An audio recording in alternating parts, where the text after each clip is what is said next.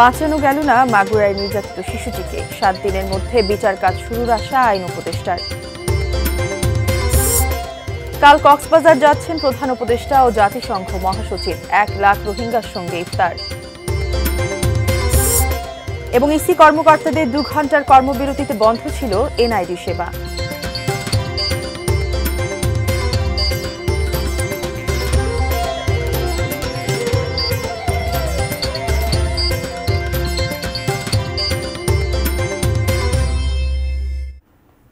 ATN news দেখছেন। সারা দেশের সর্বশেষ খবরাখবর নিয়ে এটিএন নিউজের নিয়মিত আয়োজন দেশের খবরে আপনাদের আমন্ত্রণ জানাচ্ছি আমি মারিয়া শিমু। শুনছিলেন আকিস বশির গ্লাসের সৌজন্যে সংবাদ শিরোনাম। এবারে বিস্তারিত জানাবো। মাগুরায় ধর্ষণের শিকার 8 বছরের শিশুটি ঢাকার সম্মিলিত সামরিক হাসপাতাল সিএমএইচে চিকিৎসাধীন অবস্থায় মারা গেছেন। ইন্না লিল্লাহি ওয়া ইন্না ইলাইহি রাজিউন। দুপুর 1টার দিকে তার মৃত্যু হয় বলে বাংলাদেশ সেনাবাহিনীর ভেরিফাইড ফেসবুক আইডি থেকে নিশ্চিত করা হয়েছে। শিশুটির মৃত্যুর ঘটনায় গভীর শোক প্রকাশ করেছেন প্রধান উপদেষ্টা প্রফেসর মোহাম্মদ ইউনুস। আসামিদের দ্রুত বিচারের আওতায় নিয়ে আসার নির্দেশ দিয়েছেন তিনি। অন্যদিকে সেনাবাহিনীর ভেরিফাইড ফেসবুক পেজে জানানো হয়, সিএমএইচের সর্বাধুনিক চিকিৎসা ব্যবস্থা প্রয়োগ এবং বিশেষজ্ঞ চিকিৎসকদের সর্বোচ্চ প্রচেষ্টা সত্ত্বেও তাকে বাঁচানো সম্ভব হয়নি। শিশুটির আজ সকালে 3বার কার্ডিয়াক অ্যারেস্ট হয়। 2বার স্থিতিশীল করা গেলেও তৃতীয়বার আর হৃদস্পন্দন ফিরে আসেনি। গত 8 মার্চ শিশুটিকে সংকটাপন্ন অবস্থায় ঢাকা মেডিকেল কলেজ হাসপাতাল থেকে ঢাকার সিএমএইচে ভর্তি করা হয়। বাংলাদেশ সেনাবাহিনী শিশুটির শোক সন্তপ্ত পরিবারের প্রতি গভীর সমবেদনা জানিয়েছে এবং যে কোনো প্রয়োজনে তাদের পাশে থাকার অঙ্গীকার করেছে।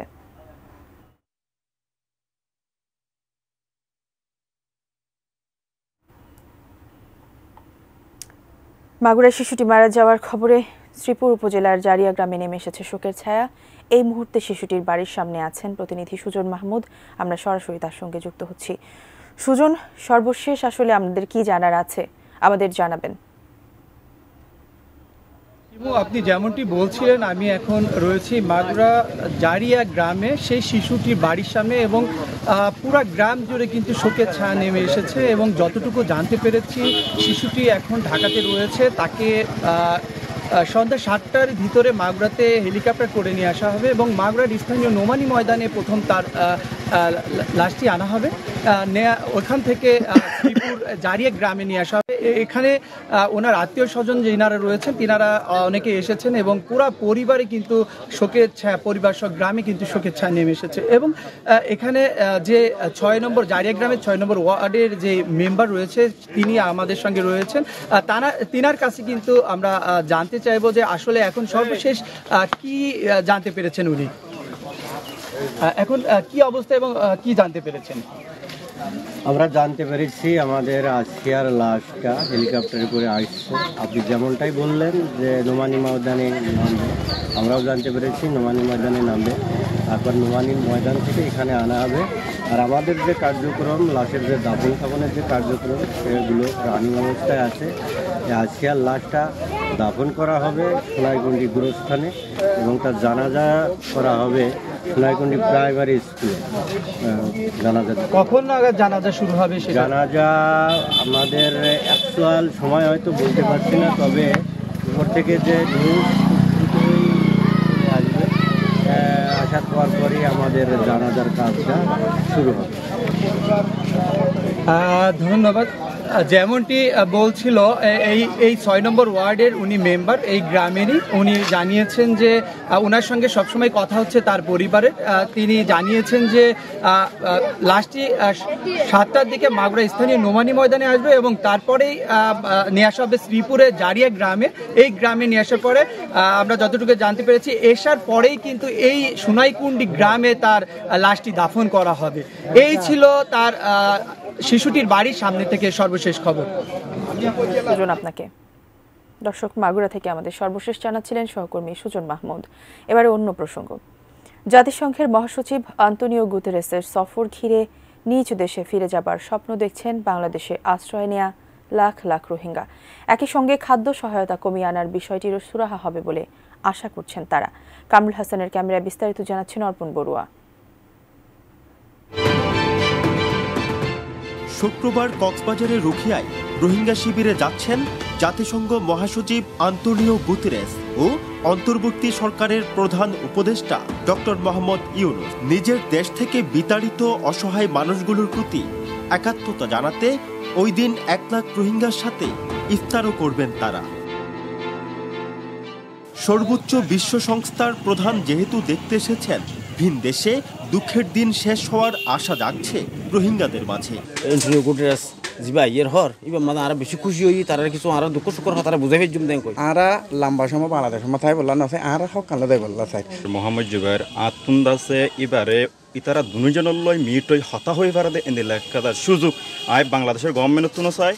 এর আগে 2018 সালের 2 জুলাই প্রথমবার এই উখিয়াতেই এসেছিলেন জাতিসংঘ মহাসচিব।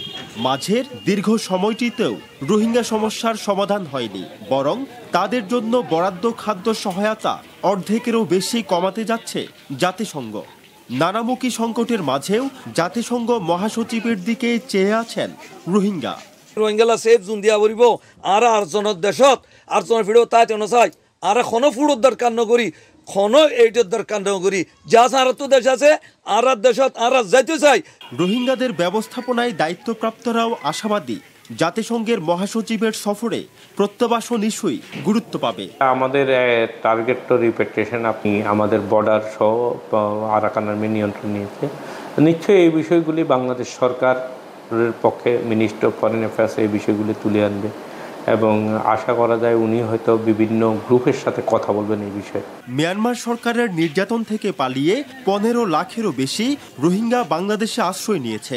ক্যাম্পগুলোতে প্রতি বছর জন্ম নিচ্ছে 30,000 রোহিঙ্গা শিশু। অর্পণ বড়ুয়া, এটিএন নিউজ, কক্সবাজার। দেশের খবরে নিচ্ছে একটি বিরতি, ফিরছি কিছুক্ষণের মধ্যেই।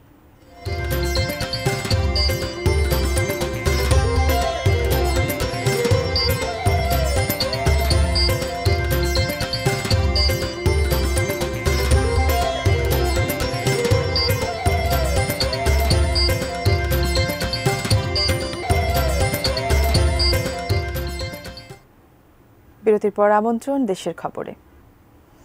জাতীয় পরিচয়পত্র এনআইডি সেবা ইসির অধীনে রাখতে স্ট্যান্ড ফর এনআইডি কর্মসূচির অংশ হিসেবে জেলায় জেলায় মানববন্ধন করেছেন নির্বাচন কমিশনের কর্মকর্তা কর্মচারীরা। জেলা নির্বাচন অফিসের সামনে সকাল 11টা থেকে দুপুর 1টা পর্যন্ত মানববন্ধন করেন তারা। এ সময় এনআইডি সহ সব ধরনের সেবা কার্যক্রম বন্ধ রাখা হয়। আগামী মঙ্গলবারের মধ্যে জাতীয় পরিচয়পত্র নিবন্ধন আইন বাতিল করা না হলে বুধবার অর্থ দিবস কর্মবিরতিতে যাবার ঘোষণা দিয়েছেন নির্বাচন কমিশনের কর্মকর্তা ও কর্মচারীরা। এর আগে গত 6 মার্চ এনআইডি সেবা নির্বাচন কমিশনে রাখার ব্যাপারে পুরো কমিশনের অবস্থান পরিষ্কার একথা জানিয়ে প্রধান নির্বাচন কমিশনার এএমএম নাসির উদ্দিন বলেছিলেন, জাতীয় পরিচয়পত্র ইসিতেই রাখা হোক, আর সেজন্য সব ধরনের পদক্ষেপ নেওয়া হবে।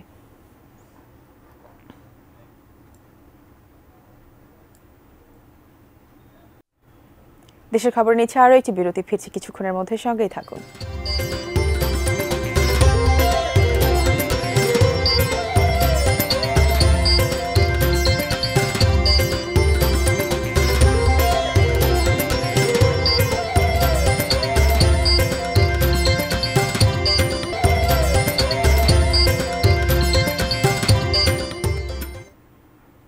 আরও একবার আমন্ত্রণ, দেখছেন দেশের খবর। চট্টগ্রামের চন্দনাইশের দোহাজারীতে বাসের ধাক্কায় স্কুল শিক্ষার্থী আপন ভাই বোন সহ 3 জনের মৃত্যু হয়েছে।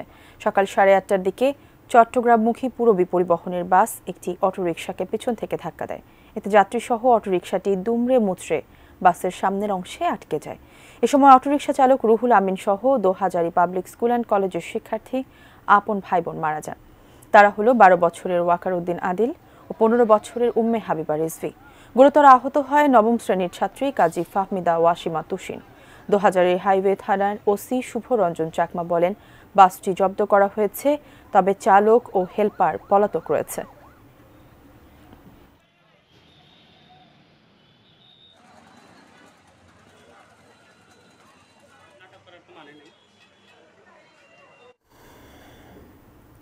কুষ্টিয়ায় শুরু হচ্ছে একদিনের লালন স্মরণ উৎসব।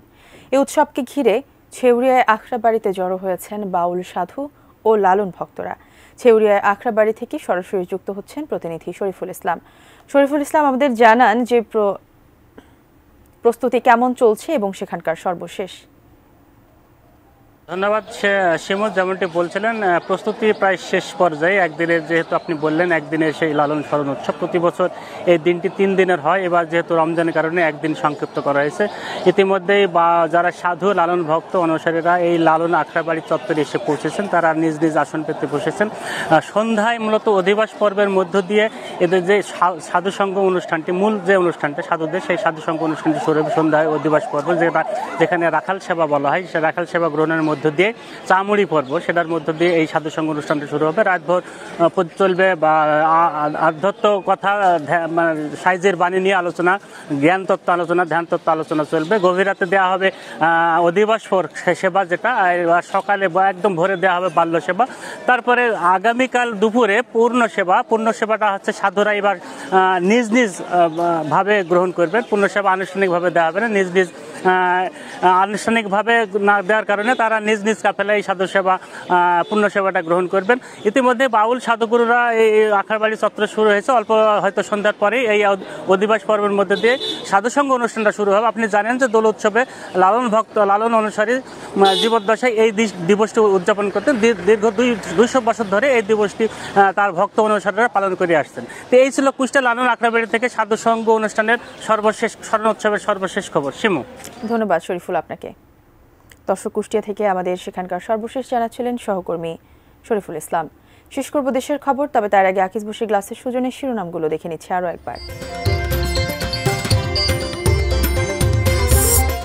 বাঁচানো গেল না মাগুরায় নির্যাতিত শিশুটিকে, 7 দিনের মধ্যে বিচার কাজ শুরুর আশা আইন উপদেষ্টার।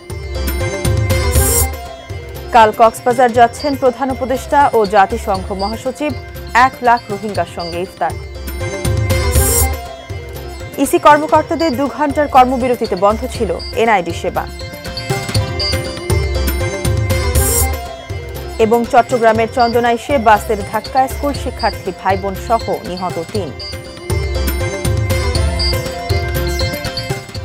এই ছিল দেশের খবরের সর্বশেষ। কাল আবারও দেখা হবে একই সময়।